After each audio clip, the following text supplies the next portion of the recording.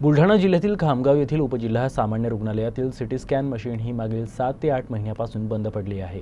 परंतु आरोग्य विभागानं याबाबत अद्याप कोणतेही ठोस पावलं उचललं नसल्यानं आरोग्य प्रशासन गोरगरिबाच्या आरोग्याकरिता किती उदासीन आहे हे यावरून सिद्ध होतं।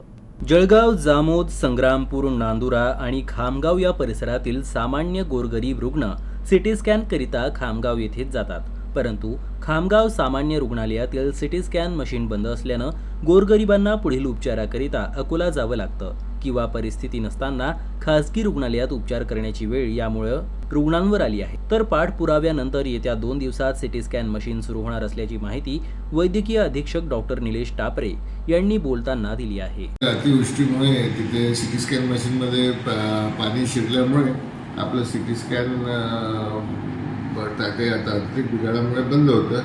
तर त्याला आपण तपासणी केली असता, तांत्रिक तपासणी झाली असता त्याचं 52 लाख रुपये काही खर्च असं त्यांनी एस्टिमेट काढलं होतं।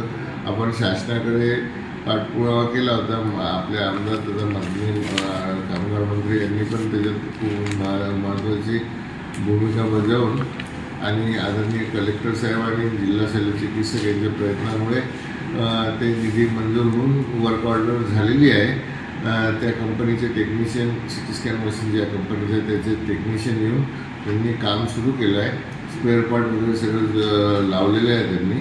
फक्त त्याचं टेक्निकल अडचणी जे ते सॉल्व आज संध्याकाळपर्यंत किंवा येत्या 1-2 दिवसात ते आपलं सिटी स्कॅन पूर्ववत चालू होईल। आधी आपण त्या सिटी स्कॅनमध्ये 10,000पर्यंत सिटी स्कॅन काढलेले आहे। आता तसेच पुढील प्रमाणे चालू राहील।